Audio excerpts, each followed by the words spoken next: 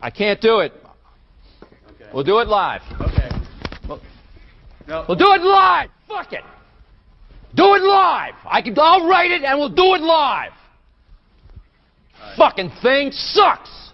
In 5, 4, 3. Anyone claiming that America's economy is in decline is peddling fiction. I've abandoned free market principles to save the free market system. But we have to pass the bill so that you can find out what is in it. Raising the debt ceilings does not increase our debt. It does not somehow promote profligacy. I know words. I have the best words. Nobody knows the system better than me, which is why I alone can fix it.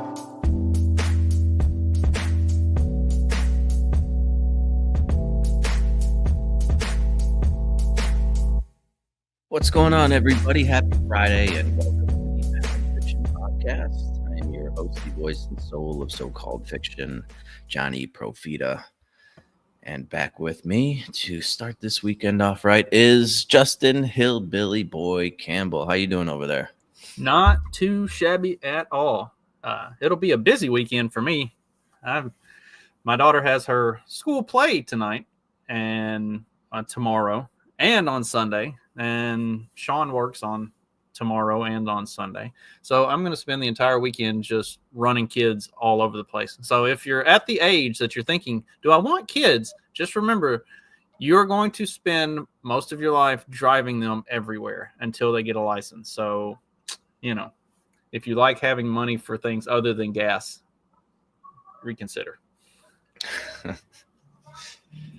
Doesn't your son have his license yet, or is he still on his permit? Permit. Yeah, he will be eligible to get his license in May. Katie, on the other hand, is 15 and already doing the driver's ed courses and stuff. So she will be eligible, if she does well on all of her courses, she'll be eligible to get her license the day she turns 16 if she does all of this right. Indiana's interesting. You can start doing driver's ed at 15, and if you do everything that you're supposed to, then you can get a permit at like 15 in 3 months or something. And then when you turn 16, you can just go get your license if you've done all of the stuff that you're supposed to do.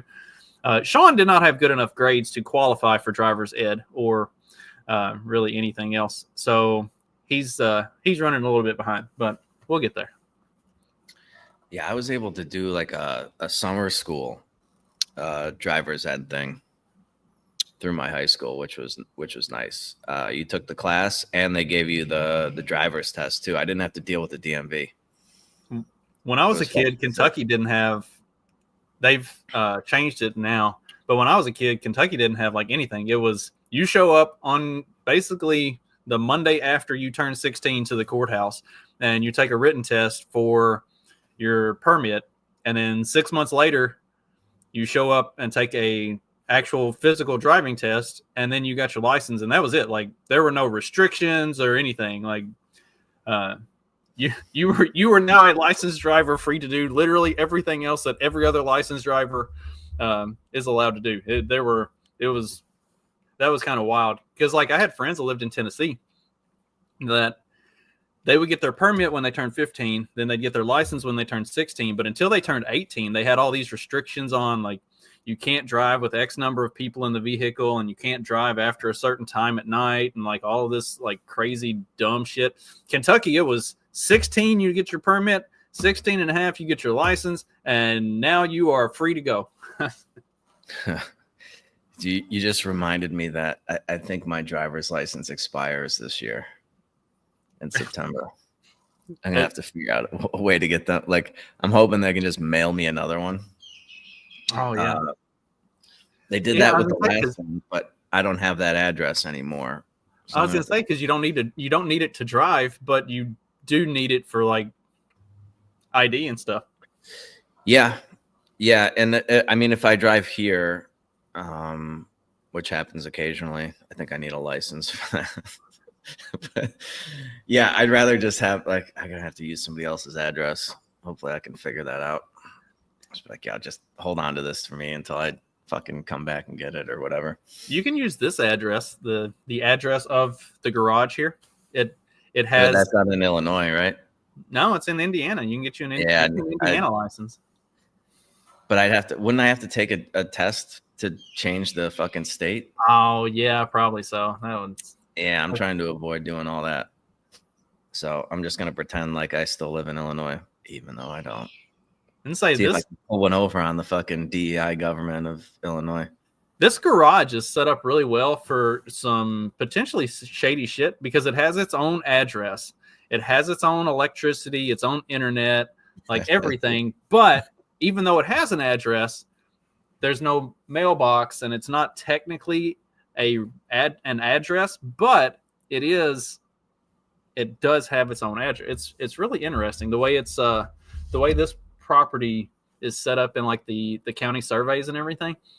It's well positioned for some interesting uses. I'll leave it at that. All right. Well, that's enough banter. What are we be talking about this? Johnny's like, oh shit, people are about to start hitting Justin up for some illegal stuff. We got to move on.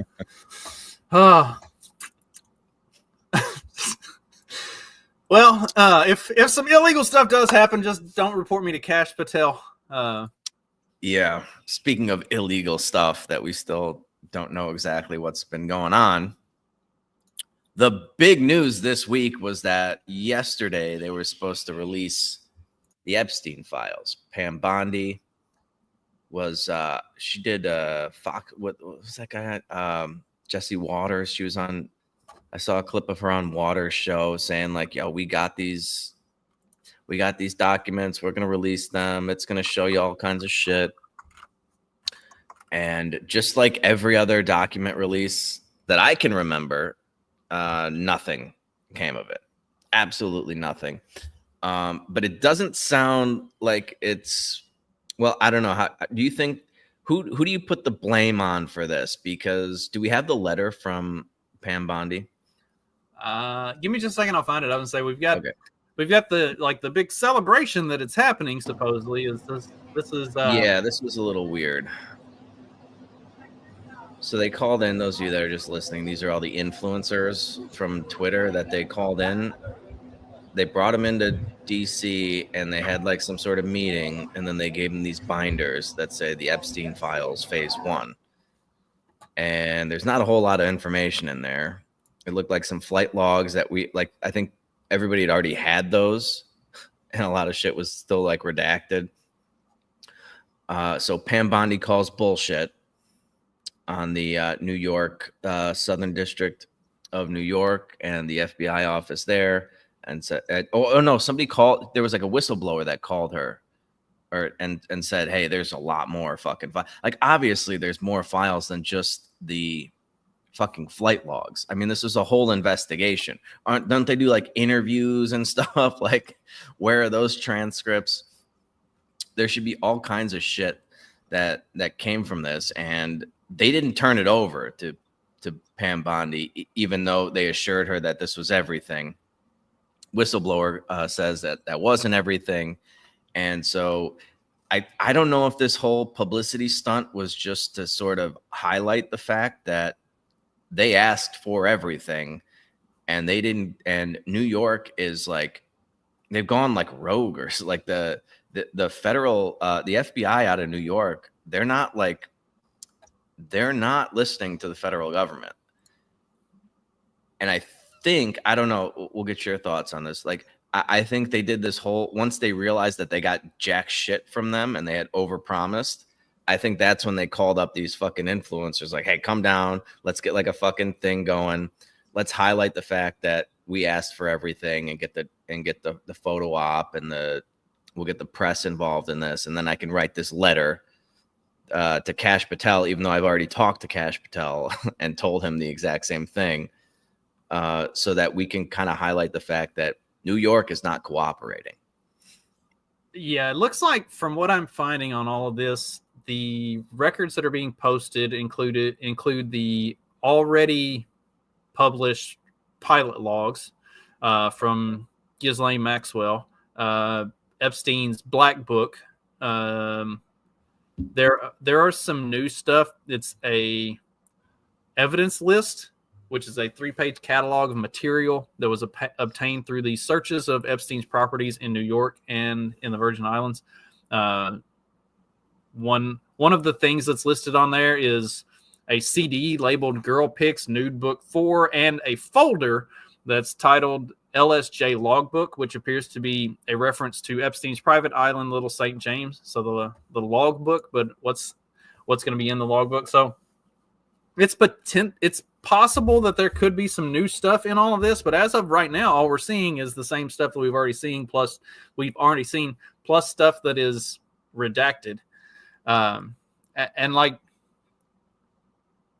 I guess I understand it being redacted, but like, because they claim that it's redacted to protect the victims. And I mean, if Bill Clinton's legitimately on that list, then yeah. The Clintons have a, if they weren't victims before, they're going to be victims now. Right. People have a tendency to turn up dead or missing when they're in Clinton circles. So yeah, I don't know about, I'm not a big fan of the redaction stuff. Like, I get it, but also, how are you supposed to do anything? How are you supposed to make anything stick and do anything if you're not going to show what you got? Yeah, I don't know, dude. These file releases, they're always just nothing. There's always just like, okay, they're going to release the JFK shit. It's like, okay, yeah, nothing. They're not going to if there was some sort of smoking gun that they had, I don't think they would release it. They've had plenty of time to cover all this shit up, get rid of everything. It's definitely weird that the FBI is not cooperating. Like, New York is just, they're the ones that have, like, if you remember, like, obviously went after Trump. Well, and there are people that keep saying, oh, Donald Trump's going to be on the list. What are you going to do if Donald Trump's on the list? Like, if Donald Trump's name was on anything in any of these files, New York would have published it. They wouldn't be withholding stuff. So, yeah, I would think. I mean, think of all the how far they dug to try to bring charges against him. And if he was on the Epstein thing, like, that's a fucking layup. But no, they had to go with you said the square footage of your bathroom was bigger than it was. It's like, all right. Stephanie said there was something that came out, or that she had seen yesterday, of like a 13-year-old girl claiming that Donald Trump had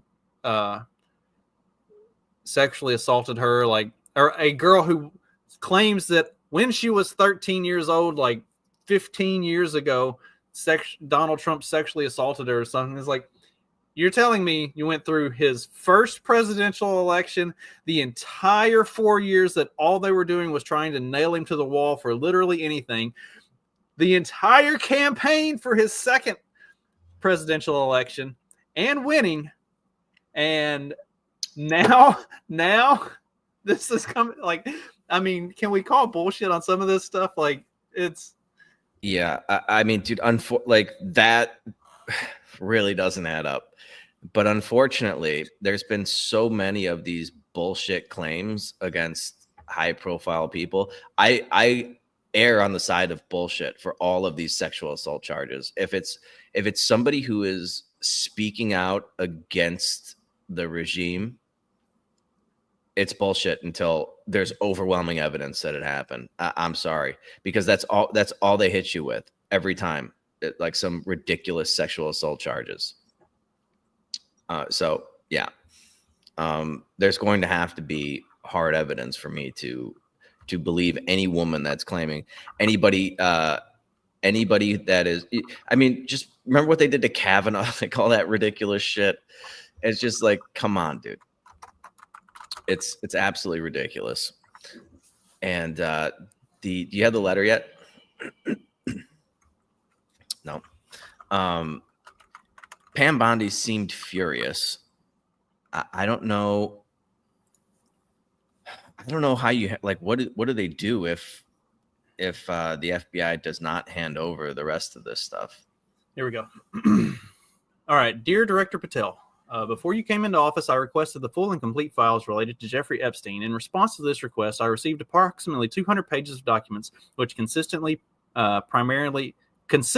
primarily of flight logs, Epstein's list of contacts, and the list of victims' names and phone numbers. I repeatedly questioned whether this was the full set of documents responsive to my request and was repeatedly assured by the FBI that we had received the full set of documents. Late yesterday, I would learn from a source that the FBI field office in New York was in possession of thousands of pages of documents related to the investigation and indictment of Epstein. Despite my repeated requests, the FBI never disclosed the existence of these files. When you and I spoke yesterday, you were just as surprised as I was to learn this new information. By 8 a.m. tomorrow, February 28th, the FBI will deliver the full and complete Epstein files to my office, including all records, documents, audio and video recordings, and materials related to Jeffrey Epstein and his clients, regardless of how such information was obtained. There will be no withholdings or limitations to my or your access. The Department of Justice will ensure that any public disclosure of these files will be done in a manner to protect the privacy of victims and in accordance with law, as I have done my entire career as a prosecutor. I am also directing you to conduct an immediate investigation into why my order for the FBI was not followed. You will deliver to me a comprehensive report of your findings and proposed personnel action within 14 days. I appreciate your immediate attention to this important matter. I know that we are both committed to transparency for the American people, and I look forward to continuing to work with you to serve our president and our country. So that is Pam Bondi's letter to Kash Patel. Fire every fucking one of them. There were also reports that supposedly they were in the process of that the New York office was in the process of destroying stuff as well. Whether or not that's true, I mean, I would not doubt it if they don't think there's any way for them to get around having to send this stuff in. Then, and yeah, they have to like raid evidence. If they destroy evidence, they should go to jail forever. Like, yeah, I mean, they have to. They literally have to like go in and raid these field offices because this is bullshit. You have a fucking order coming down from your boss's boss saying, give me all this shit. So it's after 8 a.m., right? Like, do they have these fucking things? I haven't seen anything. I haven't seen obviously, like, I don't expect them to just dump the file. Like, okay, yeah, it's 8:15. We got them. Here they are. But like, how about confirmation that you got everything this morning? I haven't seen anything about that. So we'll see, but they certainly aren't cooperating. And that letter was like, that's her way of communicating. I don't know if that's like her trying to cover her ass or just being like, yo, this is what's going on. Because she could have just said all that over the phone to Kash Patel. She didn't need to put it in a letter. Well, as anybody who's spent any significant amount of time in corporate America knows, if it's not in writing, it didn't happen. Like you need that paper trail.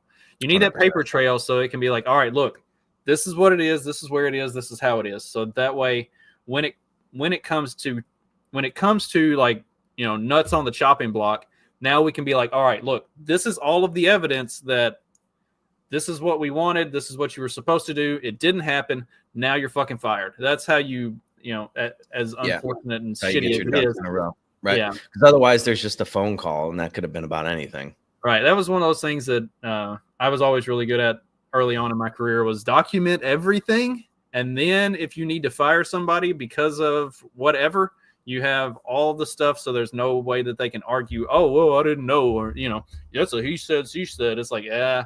It's all right here. Like, you got this.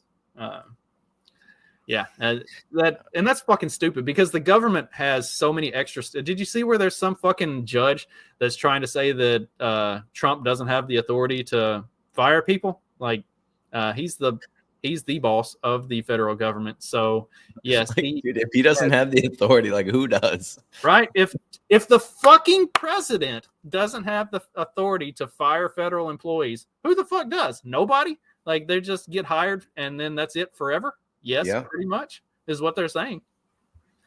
Yeah, it's amazing to watch themselves twist into pretzels to try to just defy him over the most reasonable shit ever. It's just like I was saying on the last episode, like, pick your goddamn battles. You guys have no credibility.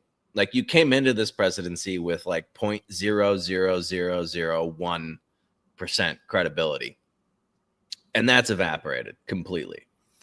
You have negative credibility now because they just talking about shredding the Constitution. Oh yeah, they're very upset about the Constitution being shredded. The people that have spent their entire lives undermining it. Right. Yeah. So we'll see what happens with these Epstein files. I mean, like, even if that stuff does come out, I don't know, dude. I feel like these releases never have anything. The only time we ever got anything good was like the WikiLeaks dump and stuff like that. When it's an official government release of documents, I feel like there's never going to be anything good in there. Well, because they're going to redact and classify everything that's actually of any substance. Yeah. And like I said before, like, they'll claim it's for the protection of the victims, but like then that assures that there's no justice that will ever be actually carried out on any of this stuff. It's like, yeah, but maybe, just maybe, all of their fears will be realized as Dan Bongino is been named deputy director of the FBI to work alongside Kash Patel. Yeah, dude, he's definitely a no nonsense kind of guy, from what I gather. I mean, I don't pay that much attention to him, but I've seen him. I've seen clips of him, and I've seen him do interviews and stuff like that. Like, he's not fucking around. He's not fucking around. And as we sort of teased on at the end of the last episode, like, he's given up a lot to take this position. So, like, he's not giving all that up just to play fucking patty cake with people. Like, he's going in hard. Sunday night's panic with the FBI has quickly morphed into utter despair amongst liberals who had already grown fearful of a highly politicized FBI, according to formerly USAID funded Politico, which is rich considering that the FBI under Biden spent 4 years as a highly politicized weapon to go after conservatives. Politico reports that Kash Patel and Dan Bongino appointments have been met with utter despair by liberals who had already feared a highly politicized FBI. Yeah, utter despair is just great. Trump's number two man at the FBI once said all he cared about was owning the libs. That's the number one qualification I want from every single every single Trump appointee. Like, all I care about is owning the libs. If that's somewhere on the resume, I'm good with them. If you scroll down, I think there's a short clip of him talking about that one. Particularly good mood today. If you only knew.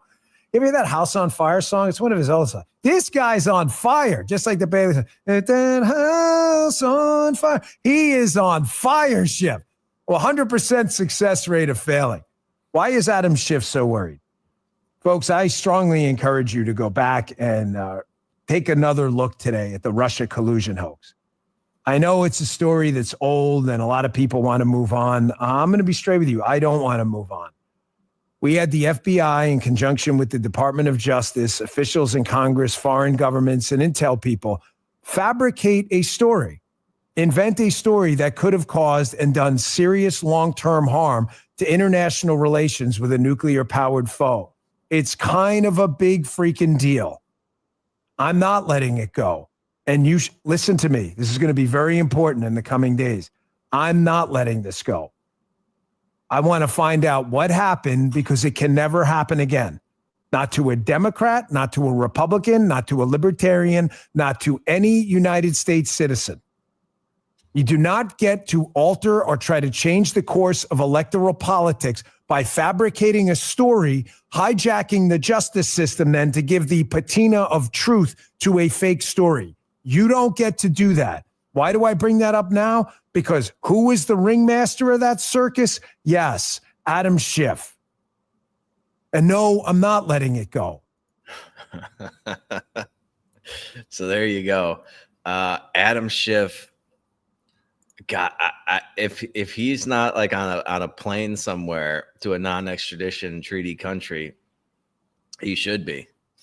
That guy is a fucking criminal with the most punchable face in Washington, if I do say so myself. And nothing would bring me more joy than seeing him in fucking pinstripes. But that's Dan Bongino right there. He's like, I'm not gonna let it go. You look at his fucking eyes, dude. He is focused. He is laser focused, and he's not taking shit from anybody. That's a great number 2 to have. That I did not see coming, by the way. I had no idea that was even on the table. I didn't even know that was possible. Like,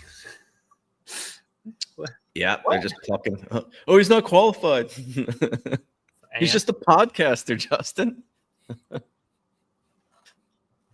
And okay, yeah. What? Oh, former Secret Service. Maybe we'll get something on the 2 assassination attempts of Donald Trump, like the first one. We haven't heard shit about that. Like, what the fuck? What's going on with that investigation? Here we go. Let me pull this back up because we've got all the insane leftist response to all of this. So we've got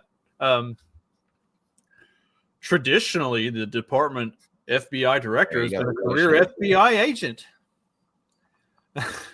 I like this response. Ken is still furious that Cash looks different than every other FBI director. The traditionally argument is a call for the elites to stay in charge. Bongino is part of the Russiagate corner. Yeah. Traditionally, that sounds like dog whistling to white supremacists to me. Traditionally, they've been white guys from the FBI. Yeah, the left is really losing their shit. Tradition. How about that? Yeah. Well, that is what they're mad about. They're mad because the people who have always been in control are not going to be in control anymore. And that's the problem. That was the problem to begin with, was the people who got to be in control didn't get it because they were qualified. They got it because they knew how to jump through the right hoops. They knew how to put their foot in the right spots and how to do what they were told so that they could keep the status quo moving forward. And that's why they're mad, because none of these appointees are those type of people. These are not people who are going to toe the line and do the thing and, say whatever they're supposed to be politically correct. There was a thing with Hegseth in talking about Ukraine the other day that got all kinds of headlines because he really had some missteps and he really showed that he's not qualified for this position. His only mistake that he made was that he apologized afterwards for wording something wrong. He never should have done that. He said the right thing, but everybody hated that, or nobody on the left, the loud squawking ones, they didn't like that he said it. And so they made a big deal of it. And then he was like, oh, well, that wasn't quite right what I said. I misworded it. Like, no, fuck that. Come back out and say, yeah, I said it because that's the way it is. Y'all don't like it because you don't like truth. That's how you respond to these fucks. Yeah. Well, I mean, that's also just what Donald Trump ran on the first time. He didn't do a very good job of it. And he ran on it again this time. Like, this is the swamp. This is the draining of the swamp. You don't drain the swamp by doing exactly what they've been doing traditionally. The tradition is what needs to go down the drain. Like, how do people not understand this? It's just like, is this what you voted for? Yes, it is what everybody voted for, because that's what he fucking ran on. They don't want the traditional fucking thing anymore. They want to throw that out. It's very fucking simple. But man, never underestimate the stupidity of the American people to grasp very basic concepts. Speaking of grasping basic concepts and throwing out tradition, I saw where the left was all in a tizzy apparently American citizenship is for sale now. I guess. I mean, personally, I would rather have it be for sale than just be handed out freely to literally every Tom, Dick, and Harry that walks across the border and dumps a kid. But whatever. But yeah, American citizenship is now for sale as Trump announces a $5 million gold card to world-class foreigners to pay down the deficit. Yeah, this is not a bad idea. And by the way, this is how like a lot of countries operate. Like if you have money, you can just buy your fucking citizenship. You give them enough cash, they'll give you a fucking passport. I say you've been working with oh shoot, what's his name? Dang, expat money. Yeah, Mikkel. You've been working with Mikkel, and he can tell you like there are a lot of places that if you were just willing to put down enough money, not $5 million, like a couple $100,000, yeah, a couple $100,000 for like Panama. I think it went up to 500 last year. But like, yeah, you just have to buy property or something, which is it's a distinction without a difference, right? You buy like a $250,000 piece of property, and now you have citizenship. Like that's it. Yes. Yeah. So this is not a bad idea at all. I don't think he's going to get 1 million people to do it. But I mean, to me, American citizenship would be like an albatross around your neck. Most people with $5 million and more are leaving the U.S. They're moving there. That's what Mikkel Thorpe does. He relocates high net worth individuals out of places like the United States and Canada and into more tax friendly countries.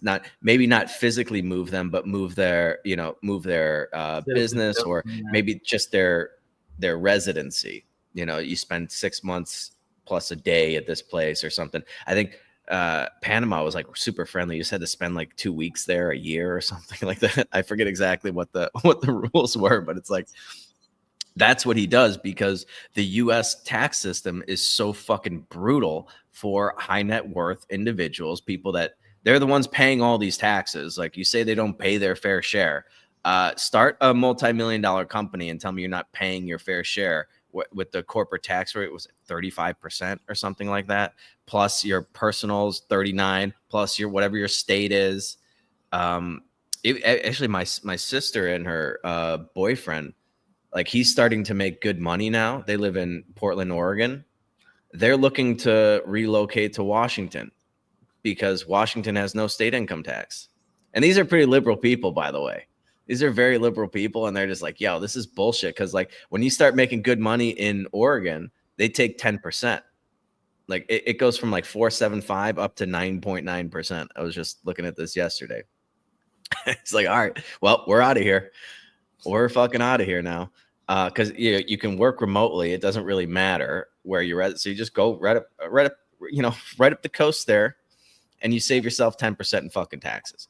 So, and I would be willing to bet that they could do a similar thing as. So, I have a lot of friends that they live in Tennessee because Tennessee doesn't have a state income tax, but you live close enough to the state line that you can do all of your shopping on the Kentucky side because Kentucky has a considerably lower sales tax plus no tax on food and different stuff, whereas Tennessee has that higher sales tax. I bet your sister and brother-in-law will be in a similar situation where go live in Washington State with no state income tax, but I would be willing to bet because of the other higher taxes, your sales and grocery and stuff taxes would be lower in the other state. Like you might have a nice situation where Oregon has really low sales tax for sure. I don't know what Washington's is. I would be willing to bet higher. Like that seems to be everywhere I've lived. The states that have no income tax have a bit higher of a sales tax, but the states that have kind of a ridiculous income tax have better sales tax. So they're all getting their money one way or the other. But if you're able to play it right, you can live close to a state line. Yeah, so it's 6.5 in Washington and no general sales tax in Oregon. So there you go. You are correct about that. So, I mean, and this is what people are doing just to avoid these kinds of taxes. Now, if I was one of these people that had an extra 5 million to drop down on U.S. Citizenship. Well, it gives you residency. So it basically gives you a green card, and then it says it puts you on a path to citizenship. I don't know exactly what that means, but it's replacing that legacy EB-5 program. But like, if this came with like you don't have to pay fucking federal income taxes or something, then yeah, okay, I would do that. And I don't know how long you'd have to stay in the U.S. This is designed to bring in people who are going to start businesses and have money to pay taxes in the U.S. But why would they want to do that? You know, our taxes are so fucking oppressive. Even if they didn't move their business, they just moved themselves to the U.S. because they wanted to live in Florida or something. I don't know. But they wanted to keep their business in fucking London. They still owe taxes on the London business once you're a citizen of the United States. One of the only real country, I forget that other one in Africa that nobody fucking even knows exists. The only country in the fucking world that taxes you on income you make in other countries. So why would anybody really want this? I don't know. There's not enough. In my mind, there's not enough opportunity and tax friendliness in the U.S. for people with millions of dollars to relocate. But that's just me. But yeah, hopefully, yeah. I mean, you were saying we get $50 trillion out of this or something. I don't think there's going to be that many people lining up to get their U.S. citizenship. I feel like the line's kind of going the other way. But we'll see. I mean, it couldn't hurt to have this program, even if just one person is dumb enough to fucking buy their residency. It's like, all right, that's 5 million. We'll take it.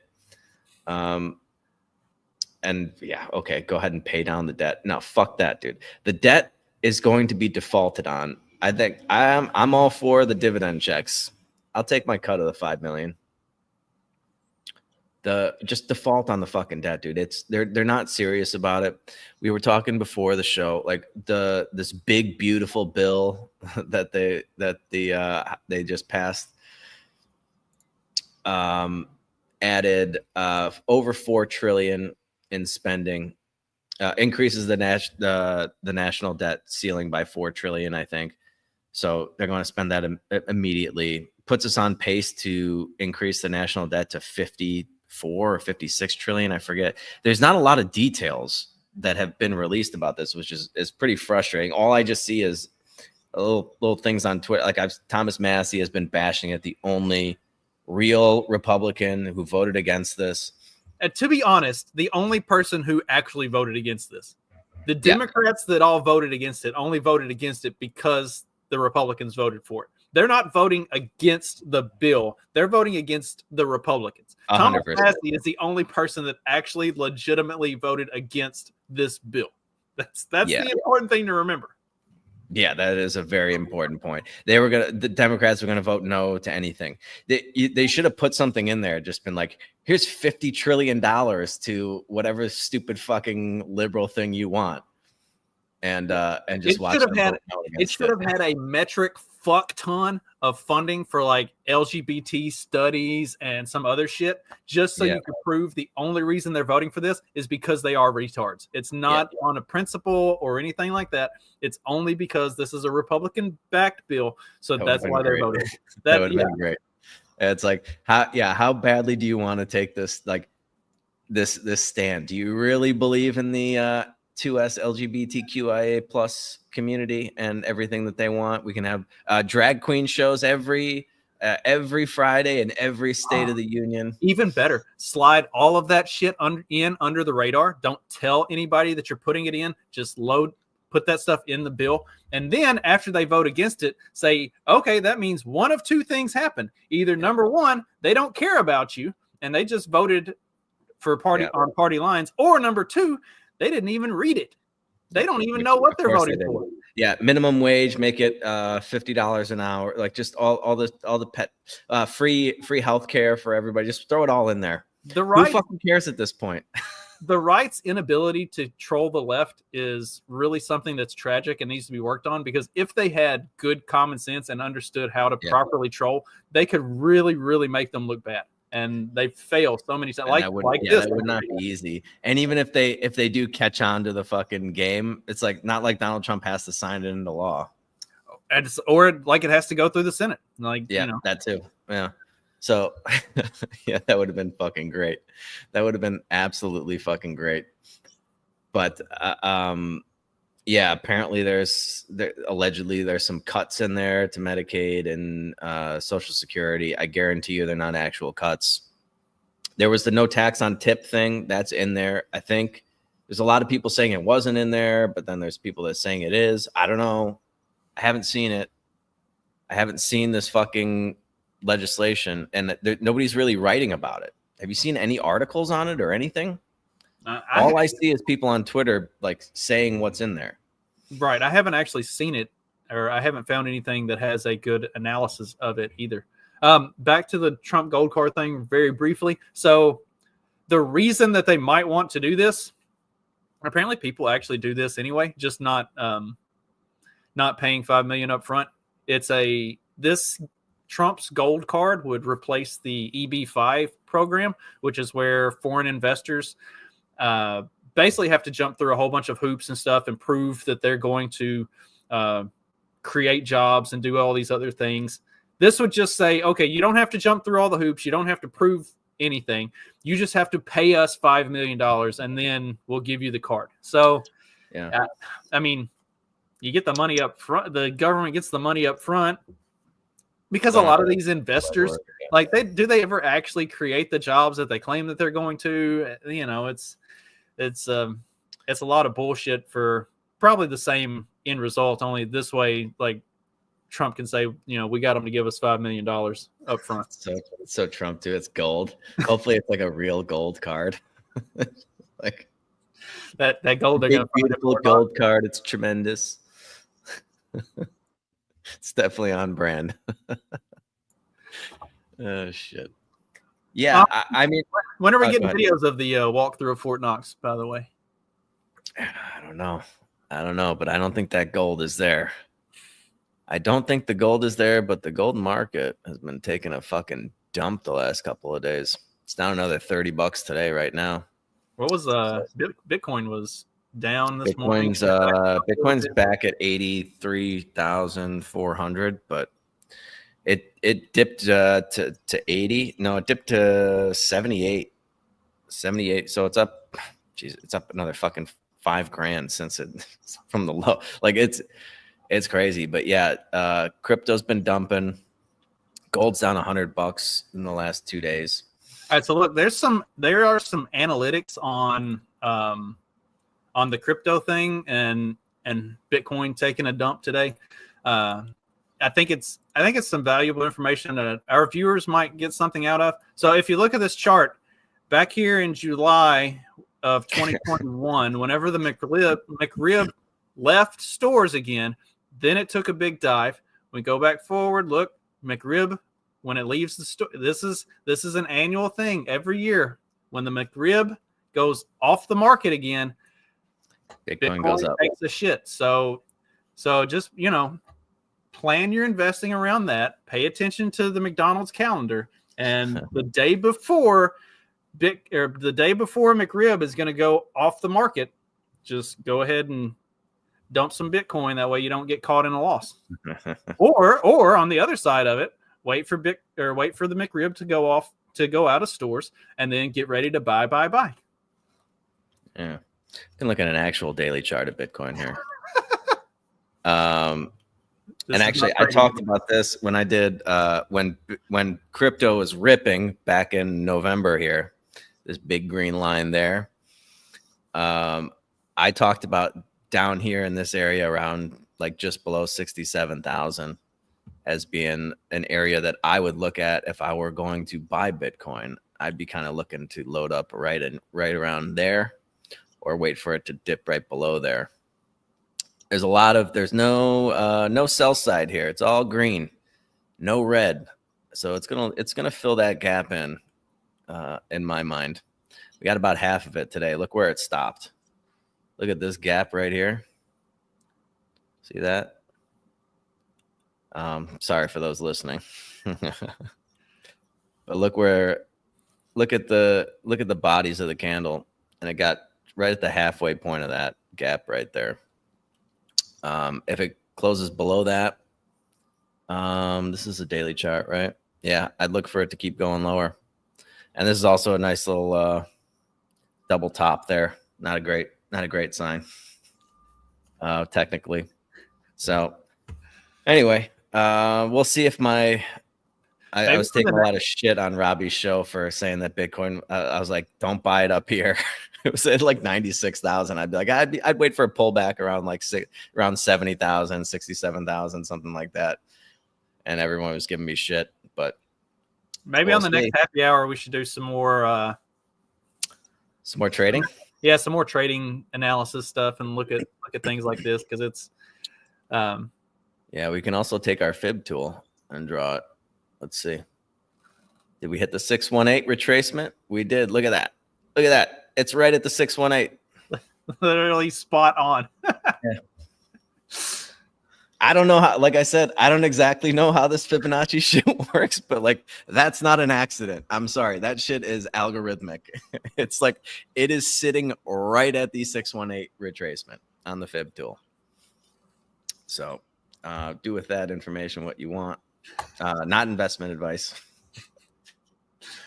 Certainly not. But yeah, that chart does not look very bullish right now. And by the way, most of the, like, do you know this is it the Grayscale Bitcoin Trust with Michael Saylor? He's been buying billions of dollars worth of Bitcoin. Like, he announced a plan, I think, to buy 4 or 5 billion when Bitcoin was at like 100,000. So I don't know, somebody's selling to him, but like he just bought another like 2 billion or something. And his average price is around like, is actually right, dude. I just realized this. It's right at that level that I pointed to, where I would be like, I might be a buyer down here at about 66,000. I think that's his average price now, because he's been buying so much at 100,000. Without him buying billions of dollars, imagine how much farther it could have fallen. Like, he's got to be the only one propping this up. So, well, yeah, we'll see, man. That crypto game, that is some risky business there. But yeah, it's officially in a bear market. It's down more than 25% from its highs, and or at least it was at one point. And by the way, Jim Cramer nailed the top again. He absolutely fucking nailed it. Somebody, Inverse Kramer, reposted the clip of him talking about it. It was in January. It was January 17th.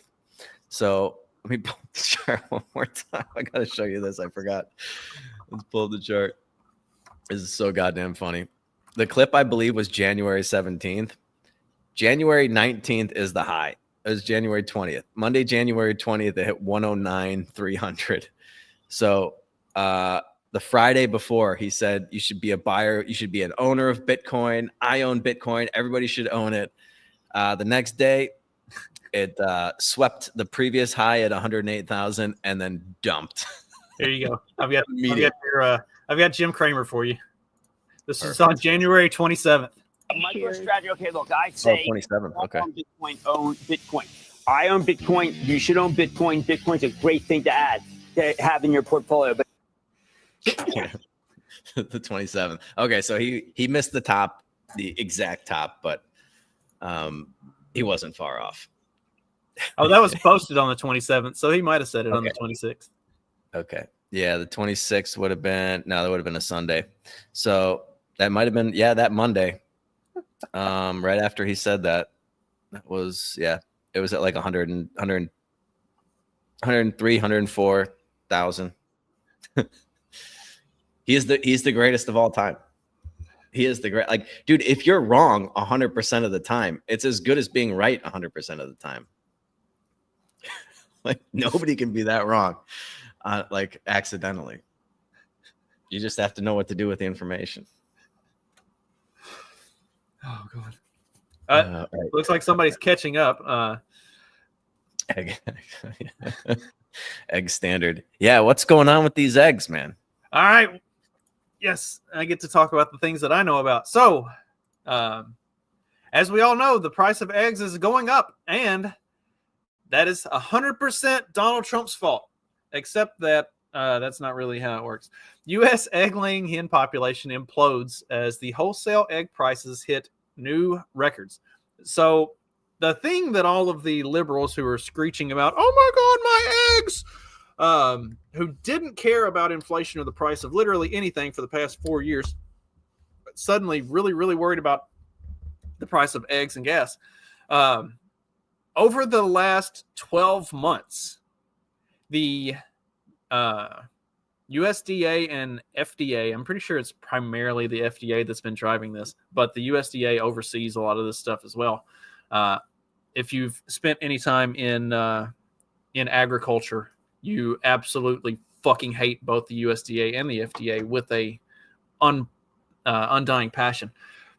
They have been ordering the extermination of millions upon millions of egg-laying birds, and almost specifically egg layers. There hasn't been as much with the broilers. There hasn't been as much with the meat birds. It's almost exclusively been going after the egg layers. So I want to say in the last 12 months, it was the last numbers I saw, and I'm not sure if they've got it. I didn't see it in this article, but the total number of, yeah, there it is. Okay. 18.9 million birds. 18.9 million birds have been culled in the last year. If you want to know why egg prices are where they are, okay, so from the time a bird is about laying age, that's from birth to roughly 6 months. So at that point, they're laying eggs consistently, but as Don the Pleb has talked about on my show before, like what people don't understand is when a bird is laying age and you're consistently getting eggs, sure, the eggs for me or for you at home, that's fine. Your bird is laying plenty of eggs. For USDA grade A large egg, those have to meet a certain standard. The birds don't get to the point that they're laying those eggs consistently until 8 or 9 months. So you've got an 8 or 9 month window from the time you get new birds to where they're laying consistently, where production is falling behind. Now, when you take 18.1 million birds that have been culled in the last year, you expect a general culling of birds that age out that aren't laying consistently anymore of 4 to 5 million birds a year. So we've gone four times that many in just the last year. Bird laying population is at an all-time low, which means the egg prices are at an all-time high. It has literally nothing to do with Donald Trump. It is 100% the fault of the USDA and the FDA, and I'm sure the CDC is probably pushing that as well. And the really, really fucked up thing about all of this is it's all to contain bird flu. Well, the way these barns, the laying barns are set up, they can already cordon off and isolate infected birds. They don't have to be killed. They don't have to kill entire flocks because you have a house that has sick birds in it. You can isolate the sick birds, and the sick birds don't even have to be killed. A lot of times they'll recover. It's like, but this is the dumbass fucking government solution. And not only that, but the current, and this has been the case for as long as they've been drumming this up. It comes up every 2 to 4 years. Sometimes it's on a 2-year cycle. Sometimes it's on a 4-year cycle. But anyway, every 2 to 4 years, you get a bird flu, epidemic, supposedly, except that it never happens because it's not heavily transmissible to humans. The only people who ever contract this stuff are people who are around the birds every single day and are basically just like always surrounded by it. Otherwise, like if I happen to get the bird flu, I'm not going to give it to everybody I come in contact with, like, you know, like the regular flu or even like what COVID was a few years ago, or, you know, supposedly is still now, possibly, who knows, if it's not just the regular flu, because they don't actually test for COVID and the regular flu and RSV separately. They just test for all of them as one and tell you that you've got one. So like, what is it? It's all a regular flu, but none of it's the bird flu. Bird flu does not actually transmit to humans at a very high rate ever. And there's one recorded bird flu death, and the dude had like 6 comorbidities and cancer as well. Like he had a bunch of other like health problems and cancer, and it's probably the cancer is what actually killed him. But he supposedly, they say, contracted bird flu at some point during the 30 days before he died. Yeah, I mean, you would think they'd want this bird flu to run rampant through the country so that they can shut everything down again and blame Donald Trump. But that just, I mean, it just goes to show you like the heavy hand of the fucking government, man. Like because they have no skin in the game. It doesn't matter to them 4 million birds or 18 million birds or 30 million birds. They're going to have the money for the eggs because they're fucking government. And they don't really care if they destroy your fucking, if they destroy your business. If it were up to the bird, the egg producers, they would probably take the precautions that you're talking about. It sounds a little more time consuming than just be like, yep, just fucking kill them all. Let's just kill them all. And it's honestly, it's not that much more time consuming to the way those houses are set up. So they're all on like closed ventilation systems and everything else. Like to cordon off a section of a house, it's really just like pull some curtains and move some and close some doors. Like they are well set up to, because they are such large houses and they have such large bird populations in them. They are really well set up to be able to isolate certain parts of these houses very quickly in the event that you get sickness running through them. Like it's the, and I know people get all pissed off about, the industrial farm industry and everything else, and how they give all these, like steroids to the birds and all this other stuff. And most of that's complete and total bullshit. But the way that they take care of them in these houses, it is incredibly safe and incredibly healthy to be able to keep them from having sickness run rampant through a whole population. Yeah, this is a good point by Jay Care. Yeah. They take away your right to just do it. They sell it back to you. You got to jump through hoops, pay a bunch of money to get licensed. And then they just come in and fucking kill off your entire fucking crop, your entire product, because government. It's fucking sickening, dude. And if chickens have personalities, I don't know, 18 million, that's pretty brutal. That's a fucking massacre. You would think, like, why isn't PETA just enraged by this?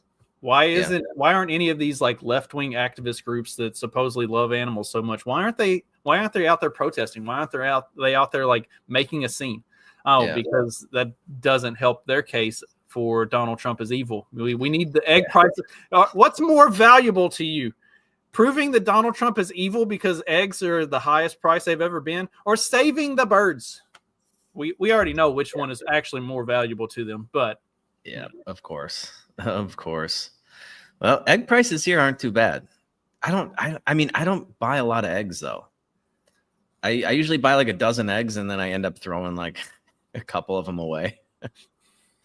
They last a long time, but like I only use them to like make pasta.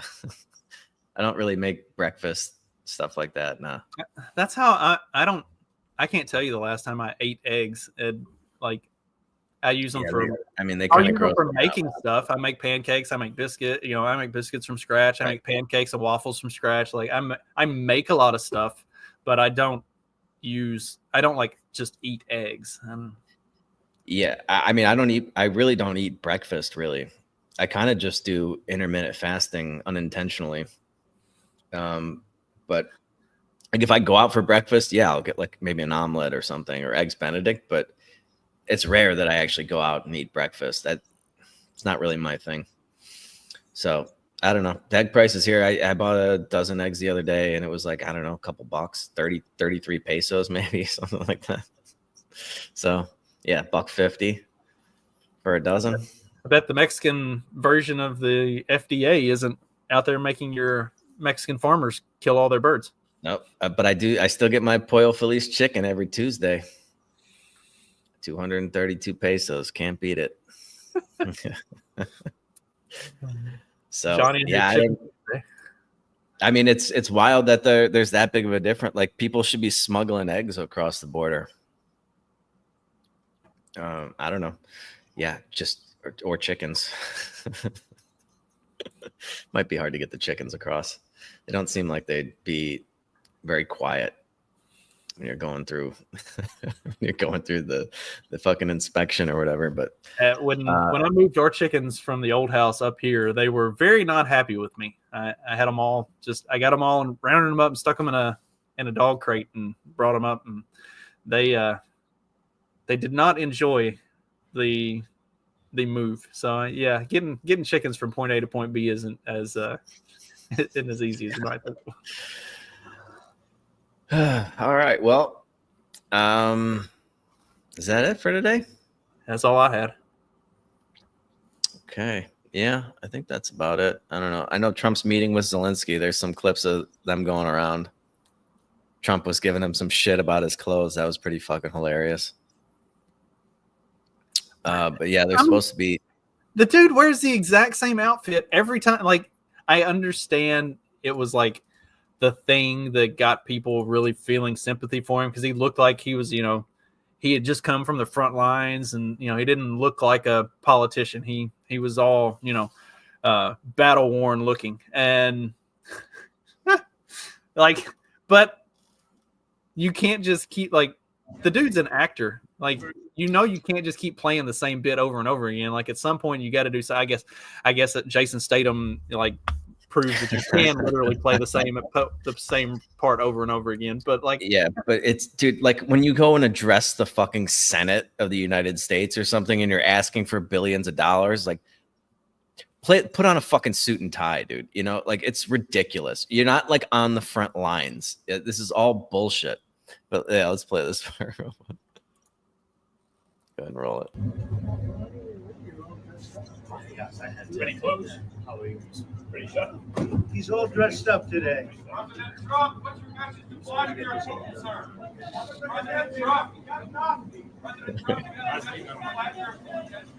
That's it. That's a clip. He's all dressed up today.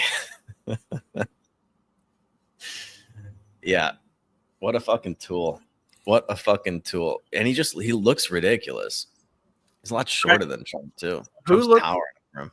Who looks more ridiculous? Zelensky or John Fetterman in ball shorts and a hoodie? Fetterman does, yeah. But this is more infuriating for some reason because this is just such bullshit, dude. Fetterman's a fucking ogre retard. This guy is just trying to pretend he just crawled back from the front lines after rallying the troops for another offensive in fucking Russia, and he's just stopping by Donald Trump's place real quick. Gets dropped off by the presidential motorcade. Comes walking out like he just came straight from combat. Right. Yeah, it's dude, go fuck yourself, man. This is such bullshit. I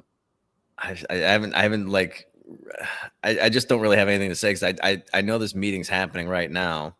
He says he's going to sign this mineral deal. I don't know. I guess we're gonna get some of our money back through minerals. Zelensky doesn't look happy. He doesn't look happy. But you got to be careful who you get in bed with. You didn't have to take our money. Now we're gonna take your minerals, I guess.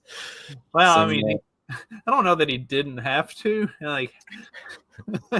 He probably had to. I don't think he got a whole lot of choice in that. Yeah, well, I don't know. He certainly begged for quite a bit more. He kept coming back to the fucking trough.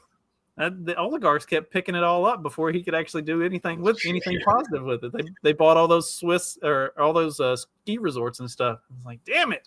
Stop buying ski resorts and yachts so I can use this money for our people. Yeah, and I mean, he's on record saying he didn't get like 70% of it. Right? Right. So it's just like, oh, he's had to make do with 40 billion. Okay, poor guy. What a shame. Anyway, yeah, we'll see what shakes out from that. But yeah, I think that's about it. No happy hour today, right? We did one last Friday. Correct. Yeah. Okay, good. I think I'm coming down with this bird flu, man. I don't feel very good. I was like, drink more. The last couple of days, I've just been kind of on the verge. I was like, oh, I think I'm getting sick. I need to get like a good night. I think I'm like one good night's sleep from just not getting sick. Because the last like week, since last Wednesday, I have not had great sleep. And so last night I'm walking back from the gym. I'm like, I'm gonna stop by a pharmacy, pick up some sleeping pills. Got some sleeping pills, which I never really take these things, but tried to go to fucking bed. There was a goddamn yapping, yippy little shit dog. I swear to God, dude. Till at least 3:30 in the morning, just yipping constantly, like cartoonishly constantly. If I knew where this I love dogs. If I knew where this fucking dog was, I think it was on a balcony across the street. I would have curb stomped the shit out of that fucking thing at 3 o'clock in the morning. I was at my wit's end, but it kept me up all night. A yipping dog. So, so much for my good night of sleep. See, I have to get some whiskey or something, a little brandy. I don't know. I got that little tickle in your throat kind of thing, and feeling very good here. So I'm going to try to rest up this weekend. We'll see. We'll see if I can overcome this. We drink some green juice with some ginger in it. You know, all that shit. But anyway, you got anything going on this weekend? Absolutely. Oh, yeah, you do. Bunch of play stuff. Yeah, nothing podcast related. I will just spend the entire weekend doing my daughter's play and taking my son to work. So that's it. That's right. Sounds good. Well, thank you all so very much for listening. Have a great weekend, everybody. We will be back on Tuesday with a brand new episode for you. And until then, you know what to do. Just keep on peddling that so-called fiction. Peace.